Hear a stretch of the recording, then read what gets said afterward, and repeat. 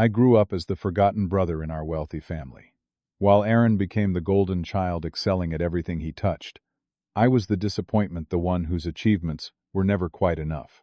We all have our roles assigned early in life, and mine was to live in his shadow.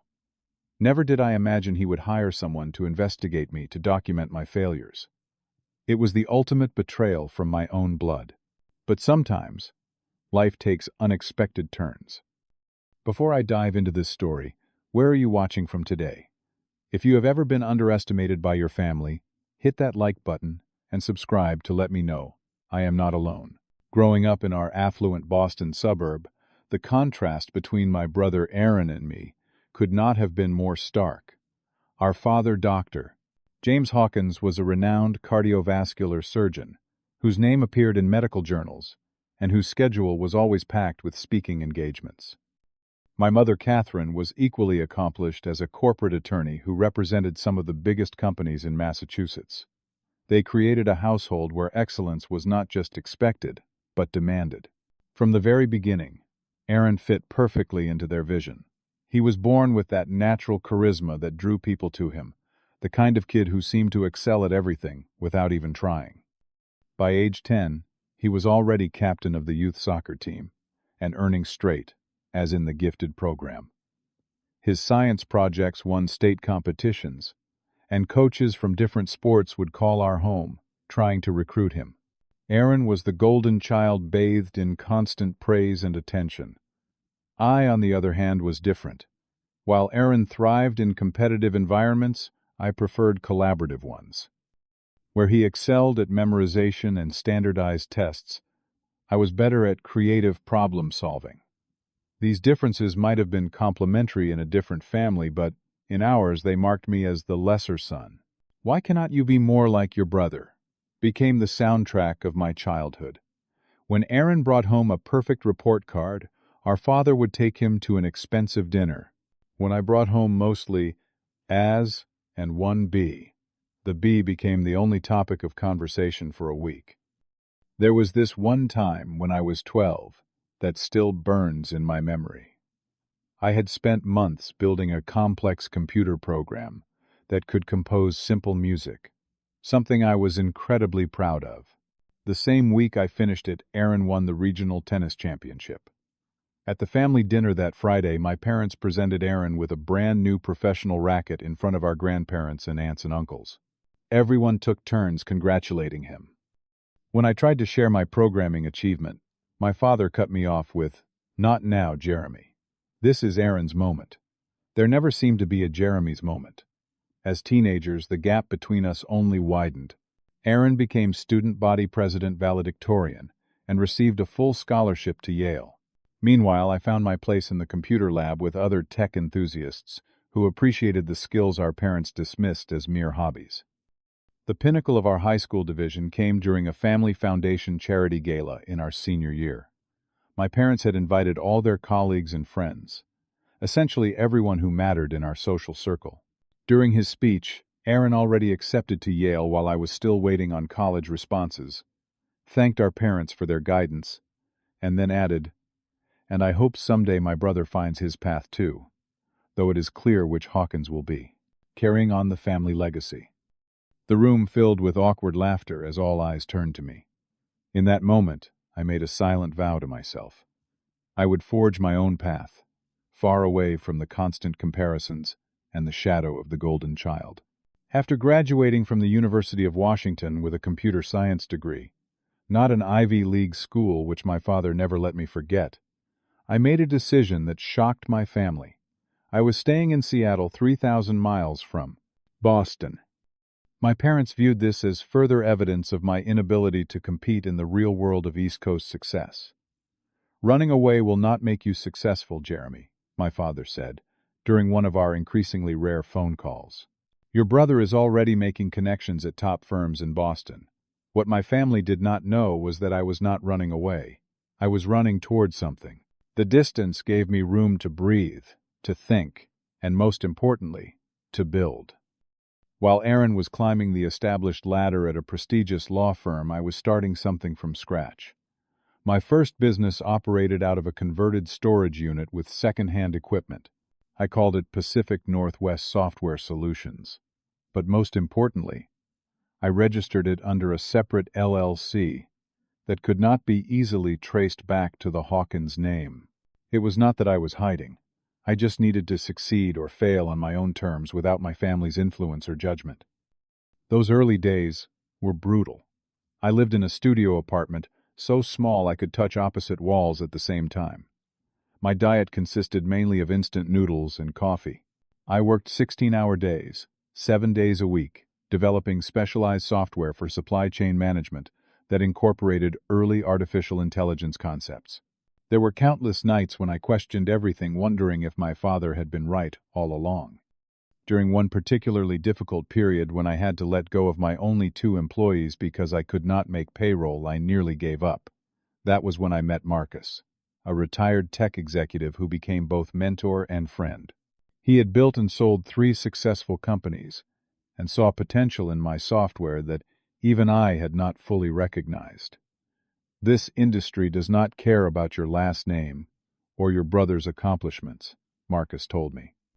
It only cares about what you can build and solve. And kid, you have got something special here. With Marcus's guidance and a small investment from him, I refined my AI algorithms and secured our first major client, a regional grocery chain looking to optimize their distribution. The success with them led to more clients, which allowed me to hire a small team and move to a real office. All this time, my contact with my family remained minimal. Thanksgiving and Christmas calls. The occasional email update that never received more than a perfunctory response. Meanwhile, Aaron's career trajectory continued its perfect ascent, making partner at his law firm, by 30 marrying Sophia, the daughter of a Massachusetts senator, and buying a mansion just 3 blocks from our parents' home. Each milestone was celebrated with lavish parties and announcements in the society pages that my mother made sure to email me. During a Christmas visit 5 years after I had moved to Seattle, the contrast in how we were treated could not have been more obvious. Aaron and Sophia arrived with expensive gifts and news of Aaron's latest big case win. My parents fawned over them while barely acknowledging the custom software I had created for my father's medical practice, free of charge. At dinner, my father stood to make a toast to Aaron and Sophia, who exemplify everything the Hawkins family stands for: excellence, prestige, and carrying on our legacy. He then glanced at me and added almost as an afterthought, and to Jeremy, who is doing his computer things in Seattle. I swallowed my hurt with a sip of wine, reminding myself that I was building something meaningful, even if they could not see it. What none of them knew was that my computer things had evolved into groundbreaking logistics AI that was beginning to attract attention from major players in the tech industry. By this point, I had rebranded the company as Logic Core AI and moved it under another corporate umbrella called Hawkins Innovation Group, a subtle nod to my family name that they never bothered to discover. We had 68 employees' offices in Seattle and Portland, and were on the verge of a breakthrough contract with one of the largest e-commerce companies in the world. But to my family, I was still just Aaron's underachieving brother, and I had made peace with the fact that might never change. The first sign that something was wrong came during our annual family reunion last summer. Aaron had been unusually interested in my business, asking pointed questions about clients and revenue that I deflected with vague answers. Later that evening, I overheard him talking to our father on the patio. "I am telling you, Dad," Aaron said, his voice carrying through the open window.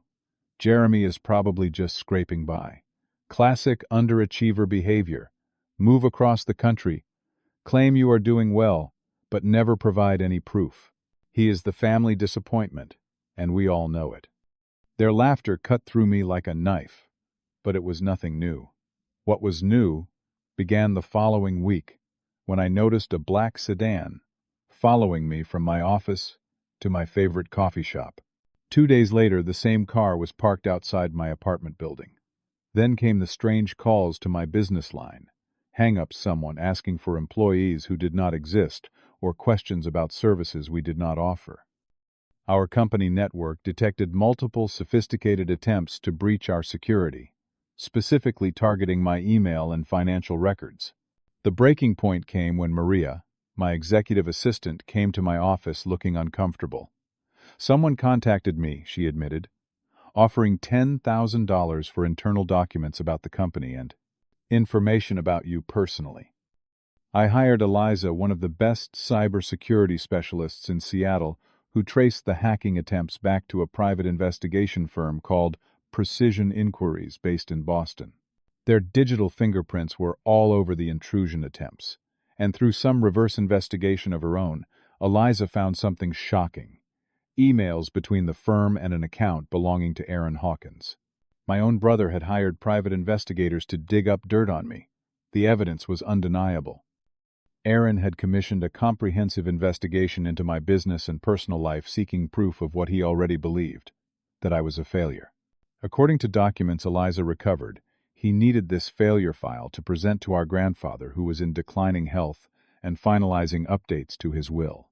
The betrayal cut deeper than any dismissive comment or forgotten birthday ever had. This was active sabotage from my own blood. For days I could barely function, alternating between rage and profound sadness. I considered confronting Aaron immediately, but something held me back. Maybe it was decades of conditioning to avoid direct conflict with the golden child, or maybe it was simple self-preservation. I sank into a depression, unlike anything I had experienced before. The company I had built from nothing, that was on the verge of major expansion, suddenly felt meaningless in the face of such personal betrayal. For the first time since those early struggling days, I seriously considered walking away from everything. The email came on a Tuesday morning with a subject line that made my heart race. Regarding the investigation commissioned by Aaron Hawkins. It was from Thomas Wells, the lead investigator at Precision Inquiries. I would like to meet to discuss some findings, the email read. This is somewhat unusual, but I believe it is in everyone's best interest. We met at a quiet restaurant near the waterfront. Thomas was not what I expected. No trench coat or fedora. Just a thoughtful man in his 50s, with kind eyes that seemed at odds with his profession. I have been doing this work for 23 years, he began, and I have never violated client confidentiality before. But this situation is exceptional. He slid a flash drive across the table. Your brother hired me to build a case proving you are a failure, presumably to influence your grandfather's estate planning. What I found instead was one of the most impressive entrepreneurial stories I have ever seen. Thomas had discovered what no one in my family had bothered to learn, that Logic Core AI was just one part of Hawkins' innovation group, which now included 4 technology companies I had built or acquired.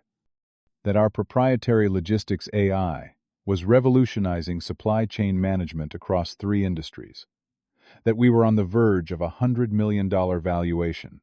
I verified your company's financial records, Thomas continued. You are worth more than your brother, and possibly your parents combined, all built without trading on the family name. He showed me the complete file he had compiled. Not a record of failure, but a detailed account of my success, built piece by piece through determination and innovation. There was something surreal about seeing my life's work, documented by someone hired to discredit me. But there was more. Thomas had also uncovered evidence that Aaron had attempted to interfere with several of my business relationships, reaching out to potential clients to suggest that my company was unstable. And most surprisingly, records indicating that Aaron's own financial situation was far less solid than he portrayed to the family. Your brother has significant debt, Thomas explained. The house, the cars, the vacations. It is all a facade maintained through high-interest loans and credit extensions. He is leveraged to the breaking point. Why are you telling me this? I asked. You were hired by him. Thomas looked uncomfortable. I was hired to find the truth about your situation. What I was not told was that the information would be used to potentially disinherit you. There is a line between professional investigation and personal destruction. Your brother crossed it. I left that meeting with the complete file and a swirl of emotions. There was vindication, certainly. A part of me, the hurt 12-year-old still living inside the successful adult, wanted to use this information to destroy Aaron's carefully constructed image. To show my parents who the real disappointment was. But revenge had never been my motivation. I had built my companies to create something meaningful, not to prove anything to my family. Using Aaron's financial troubles against him would make me no better than he was. Instead, I began planning a different kind of confrontation, one that would finally break the unhealthy dynamic that had defined our family for decades. I waited until the following month, when a family dinner was already planned to celebrate my father's 65th birthday. I arrived early, something I never did, and set up my laptop in the dining room. When Aaron and Sophia arrived, his expression shifted from surprise to poorly concealed disdain. The Seattle entrepreneur graces us with his presence, he said, his tone making it clear what he thought of my business. The dinner began as they always did, with attention focused on Aaron's latest courtroom victory and Sophia's charity work. I waited patiently, letting the familiar pattern play out one last time. Finally, as my mother brought out coffee, I connected my laptop to the dining room's large screen, ostensibly to show photos from a recent company event. Before I show these, I said I wanted to discuss something interesting that happened recently. Someone hired private investigators to look into my business affairs. I looked directly at Aaron, whose face had gone pale. Would you know anything about that, Aaron? The room went silent. My father started to speak, but Aaron cut him off. I was concerned about you, he said smoothly. You have been so secretive about this so-called business of yours. I was worried you might be in trouble and too proud to ask for help. I nodded slowly.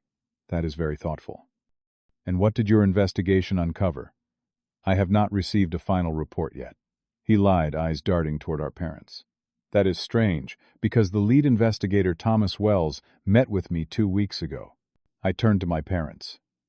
Aaron was building what he called a failure file to show Grandpa before he finalizes his will. My mother gasped. My father's face hardened as he turned to Aaron. Is this true? Before Aaron could respond, I continued. But here is the interesting part. The investigation did not find what Aaron expected. I clicked a button displaying LogicCore's latest financial statements on the screen. Then our client list, including names my parents would recognize as industry giants. Next came press coverage of our recent innovations and the preliminary valuation for our upcoming funding round. Hawkins Innovation Group, my company's parent organization, will be valued at over $120 million after our next funding round closes next month. I built it from nothing, with no family connections, no financial support, and no acknowledgement from any of you.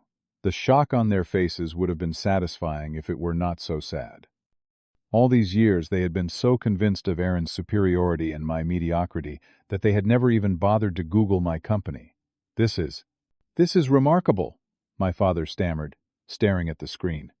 Why did you never tell us? I tried. For years I tried. But you were never interested in hearing about my work because it did not fit your definition of success. I turned back to Aaron, whose expression had shifted from shock to something like panic. The investigation also turned up some interesting information about Aaron's finances. Aaron shot to his feet. This is inappropriate. You have no right. I have every right, I said calmly. You invaded my privacy, tried to sabotage my business relationships, and planned to use false information to turn Grandpa against me. But here is the difference between us, Aaron. I am not going to share what I learned about your finances with Mom and Dad. That is between you and them, if you ever choose to be honest.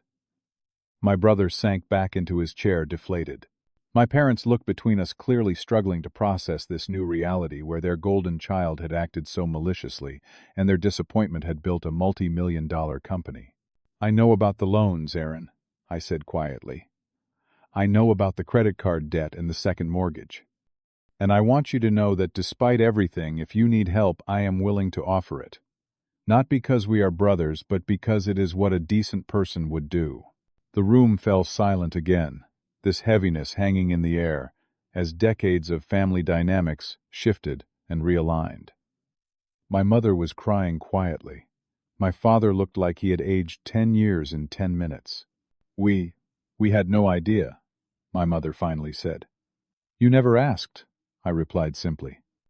You decided who I was a long time ago, and nothing I did was ever going to change that perception. But that ends today. From now on, you can accept me for who I actually am, or we can stop pretending to have a relationship at all. It was the ultimatum I had never had the courage to deliver before. Standing there, I realized I no longer needed their approval or understanding. I had proven my worth to myself, and that was what mattered most. The months following that dinner brought changes I never expected. My father called the next day asking if we could meet for lunch when I was next in Boston. That lunch turned into the first honest conversation we had had in my adult life. "I failed you," he admitted the words, clearly difficult for him to say. "I was so focused on pushing you both toward what I thought success looked like that I missed who you actually were. I am proud of what you have built, Jeremy. Not because of the money, but because you did it on your own terms." My mother took longer to come around, but eventually sent me a handwritten letter apologizing for her role in our family dynamic. "I always thought I was supporting Aaron's strengths," she wrote. "I never realized I was also dismissing yours." Aaron and I remained distant at first. His pride had taken a massive hit, and the exposure of his schemes had forced him to confront parts of himself he had likely never acknowledged. 3 months after the confrontation, he called me. "I have been in therapy," he said without preamble. "Turns out being the golden child really screws you up too." It was the beginning of a different kind of relationship between us. Not immediately warm or trusting, but honest in a way we had never been. I helped him restructure his finances and develop a plan to pay down his debt. He admitted how the pressure to maintain his perfect image had driven him to increasingly desperate measures. When my grandfather learned the full story, not from a manipulated file, but from honest family conversations, he was furious with Aaron, but also recognized his own role in creating the toxic competition between us. He updated his will to create a family foundation that we would co-manage, forcing us to work together while addressing causes we both cared about. My business continued to thrive, but now with my family actually understanding what I did. My father even asked thoughtful questions about our AI technology, showing genuine interest for the first time. The most meaningful change came when I launched an incubator program for young tech entrepreneurs from disadvantaged backgrounds. At the opening ceremony, my entire family was there, not to compare me to Aaron or measure my success against their yardstick, but simply to support something that mattered to me. Thomas Wells, the investigator who had changed everything by choosing integrity over client demands, became a friend and eventually joined our company's ethics board. "Sometimes the truth has a way of coming out," he told me, "even when someone is trying to bury it. I have come to realize that success without integrity is ultimately empty, and family without honesty is just a performance." The freedom I found in building my companies was important, but the freedom to finally be authentically myself with my family has been the true victory. The greatest irony of this whole story is that in trying to expose me as a failure, my brother inadvertently gave me the greatest gift, the chance to finally be seen for who I truly am. Sometimes our harshest critics become the unlikely catalysts for our greatest breakthroughs. Have you ever had someone try to bring you down, only to ultimately make you stronger? Share your story in the comments below. If this resonated with you, please hit that like button and subscribe for more real-life experiences that show how adversity can lead to unexpected triumph. Thank you for listening. And remember, sometimes the people who underestimate you are doing you a favor. They are giving you the space to surprise everyone, including yourself.